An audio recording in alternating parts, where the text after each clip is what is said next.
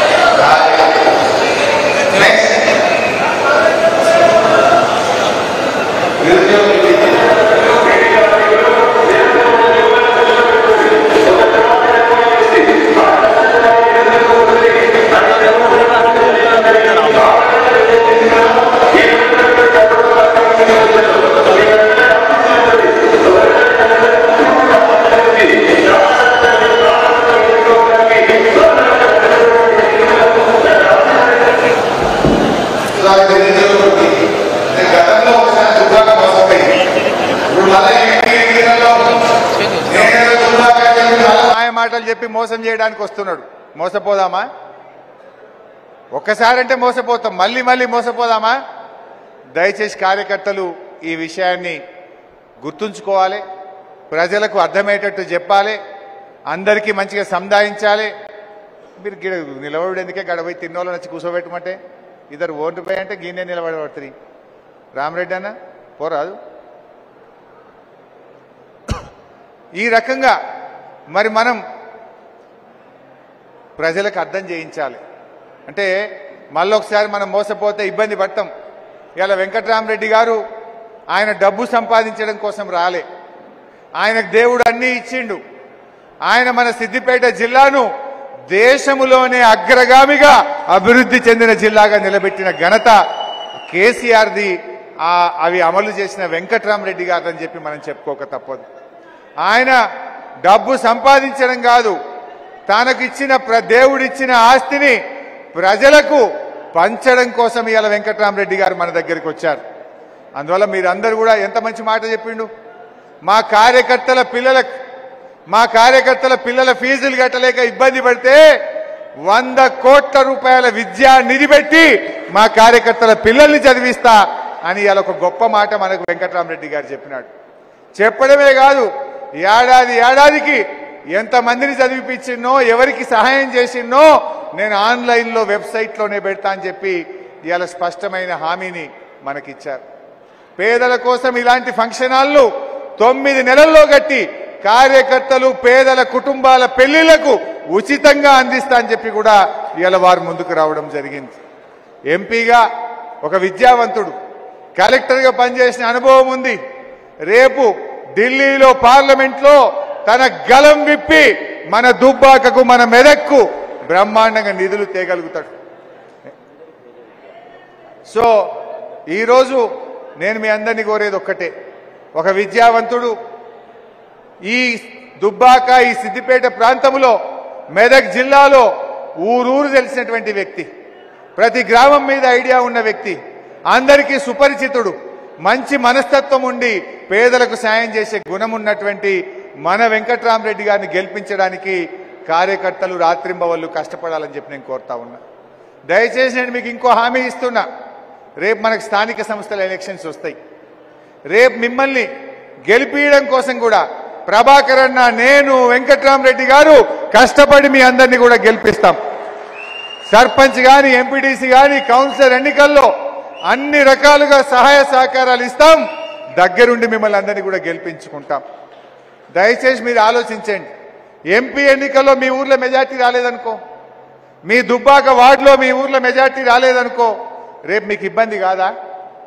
మన ఊర్లో మనకు మెజార్టీ వస్తే నువ్వు ఎంపీటీసీ అవుతావు, సర్పంచ్ అవుతావు, కౌన్సిలర్ కావడానికి నీకు అల్కగా ఉంటుంది. నీకు గౌరవం ఉంటుంది. అయ్యే నా ఊర్లో మెజార్టీ తెచ్చినా నువ్వు గర్వంగా చెప్పుకోగలుగుతావు. అందువల్ల ప్రతి నాయకుడు, ప్రతి ఉద్యమకారుడు ఒక్కొక్కరు ఒక వెంకట్రామరెడ్డి లాగా మీరందరూ కూడా గట్టిగా ఈ ఎన్నికల్లో కష్టపడాలి. మరి ఇంకోటి, ప్రజలకు కూడా మేలు జరగాలి. బీజేపీ కాంగ్రెస్ దొందే రెండు తెలంగాణకు మోసం చేసినాయి. ఇవాళ బీజేపీ వాళ్ళు ఏమన్నారు, విదేశాల్లో నల్లధనం తెస్తాం, ఒక్కొక్కరి అకౌంట్లో 16 లక్షలు వేస్తామన్నారు. వచ్చినాయా? మరి ఏమైంది? రూపాయి విలువ పడిపోయింది, పేదరికం పెరిగింది, నిరుద్యోగం పెరిగింది, రైతులు రోడ్డు మీదకి వచ్చిన పరిస్థితి బీజేపీ పుణ్యం. కాంగ్రెస్ వాళ్ళు ఎన్ని హామీలు ఇచ్చిండ్రు, ఏ ఒక్క హామీ అన్న అమలైందా? ఇవాళ మీరే చూసిండ్రు. అందువల్ల ఇప్పుడు ఒక ప్రశ్నించే గొంతు కావాలి. ఇటు కాంగ్రెస్నైనా అటు దేశంలోనైనా మన హక్కులు కాపాడాలంటే ఒక ప్రశ్నించే గొంతుక అది వెంకట్రామరెడ్డి గారి రూపంలో మనకు ఉంటుంది. ఆయన విద్యావంతుడు, కలెక్టర్గా పనిచేసిండు కనుక చట్టాలు తెలుసు, ఈ ప్రాంతం మీద అవగాహన ఉంది కనుక రేపు గట్టిగా మాట్లాడగలుగుతాడు. ఇంకో విషయం కూడా నేను మీకు ఈ సందర్భంగా చెప్పాలి.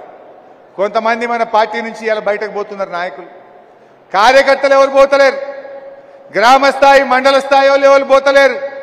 ఎవరైతే మధ్యలో మన పార్టీలకు వచ్చిండ్రో కొంతమంది పవర్ బ్రోకర్లు, కొంతమంది నాయకులు ఈ పార్టీని వదిలిపెట్టిపోతా ఉన్నారు. బట్ ఒకటే నిర్ణయం తీసుకున్నది పార్టీ, ఎవడైతే ఇప్పుడు పార్టీ నుంచి పోయిండో రేపు కాళ్ళు మొక్కినా పార్టీలోకి రానిచ్చేది లేనే లేదు. ఎట్టి పరిస్థితుల్లో వాని మళ్ళా పార్టీలకు మాత్రం రానిచ్చేది లేదు. ఎందుకంటే మీరు ఇలా కష్టకాలంలో ఈ టైంలో పార్టీకి ద్రోహం చేసిన వాళ్ళు కన్న తల్లికి ద్రోహం చేసినట్టుగా భావించాల్సి ఉంటుంది. ఇది అన్యాయం కాదా? ఏం తక్కువ చేసింది పార్టీ మీకు? అన్ని అవకాశాలు తీసుకున్నారు, ఇవాళ వాళ్ళే పోతా ఉన్నారు.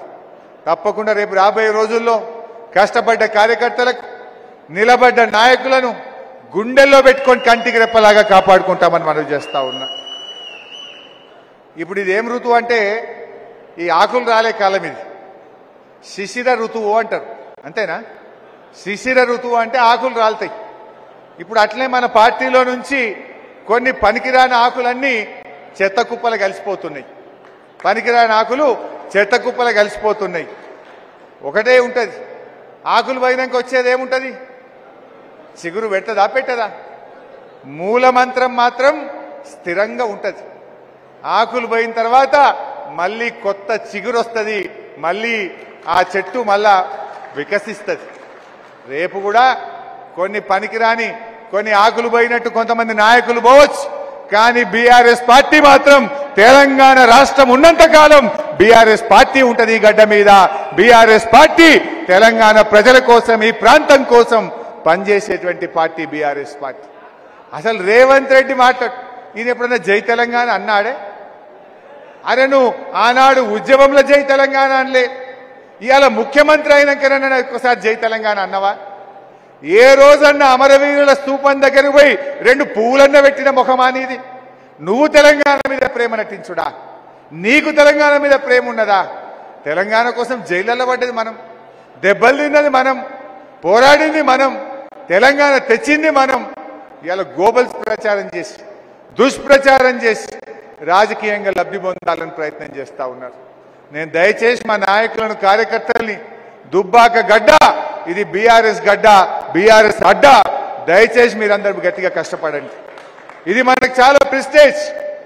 మెదక్ ఎంపీ అంటే అది ఖచ్చితంగా బీఆర్ఎస్ పార్టీదే.